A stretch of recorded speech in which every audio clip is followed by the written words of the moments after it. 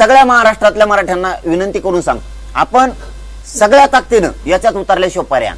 फक्त एक वाक्य सांगतो, मला आंदोलन शांततेत पाहिजे.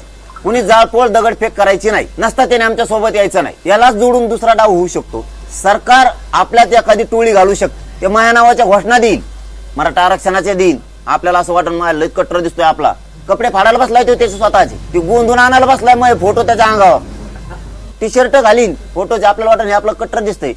आणि नंतर म्हणून देवेंद्र फडणवीस ऐकत नाही, सरकार ऐकत नाही, घाला गोटे. ते सरकारने पाठवलेली टोळी असू शकते, हे लक्षात ठेवा.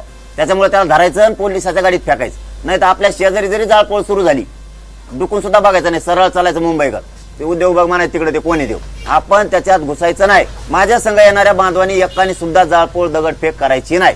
तुम्हाला काही घेणं आहे का? आरक्षण पाहिजे, दगड मारले तरी आरक्षण पाहिजे, शांततेत आरक्षण पाहिजे. तुम्हाला आरक्षण देतो ना, तुम्हाला काय करायचं? मिळणारं 70 वर्षातलं आरक्षण दिलं ना शांततेनं.